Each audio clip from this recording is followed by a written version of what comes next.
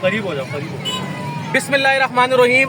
جیسا کہ معلوم ہے کہ گزشتہ رات سے کل سے تقریباً ضلع ملیر کے اندر 8 مرتبہ زلزلے کے جھٹکے محسوس ہو گئے ہیں. اللہ پاک کی شدید ہم سے ناراضگی ہے اور بار بار مسلسل زلزلے کے جھٹکے محسوس ہو رہے ہیں. اور ابھی 11:02 پر جو زلزلے کا آخری جھٹکا جو ابھی تک محسوس ہوا وہ اب اس سے آدھا گھنٹے قبل آخری جھٹکا محسوس ہوا اور آدھے گھنٹے کے اندر 2 جھٹکے محسوس ہوئے ہیں اور آخری جھٹکا جو تھا وہ انتہائی شدت کا تھا. تو میں اس وقت انتہائی پریشان حال ہی میں یہ ویڈیو ریکارڈ کروا رہا ہوں کہ اس وقت ہماری حکومت بالکل غائب ہے. ضلع ملیر کی انتظامیہ، شہری انتظامیہ بالکل غائب ہے.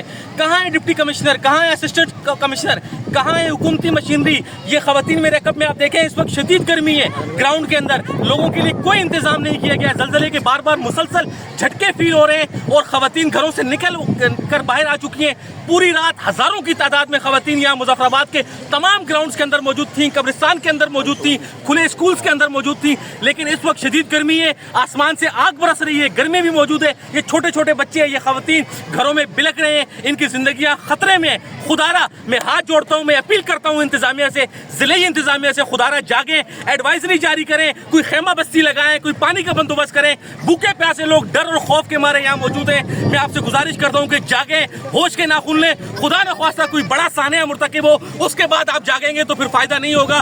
مسلسل جھٹکے فیل ہو رہے ہیں اور جھٹکوں میں کی شدت میں اضافہ ہوتا جا رہا ہے. میں ایک بار پھر ڈپٹی کمشنر سے مطالبہ کرتا ہوں، کمشنر کراچی سے مطالبہ کرتا ہوں، وزیر اعلیٰ سندھ سے مطالبہ کرتا ہوں، ٹاؤن انتظامیہ سے مطالبہ کرتا ہوں، جس ارباب اختیار تک میری یہ ویڈیو پہنچ رہی ہے اس ویڈیو کو زیادہ سے زیادہ شیئر کریں. اور اس وقت مظفر آباد، مجید کالونی، اسپتال چرنگی، گل احمد قرب و جوار کی خواتین گھروں سے نکل کے گراؤنڈ سے موجود ہیں، تپتی دھوپ کے اندر موجود ہیں. کچھ نہیں کر سکتے تو خدا کچھ خیموں کا بندوبست کرتے ہیں، کچھ شامیانوں کا بندوبست کرتے ہیں، دھوپ سے بچ سکیں. یہ چھوٹے چھوٹے بچے گھروں میں خوف کی حالت میں موجود ہیں. میری آپ سے گزارش ہے کہ آپ ان خواتین کے لیے کوئی بندوبست کیا جائے، ان بچوں کے لیے کھانے کا بندوبست کیا جائے، پانی کا بندوبست کیا جائے. اس وقت شدید ضرورت ہے تاکہ ہماری مائیں اور بہنیں ان کی سیفٹی کا بھی انتظام ہو سکے. بہت شکریہ.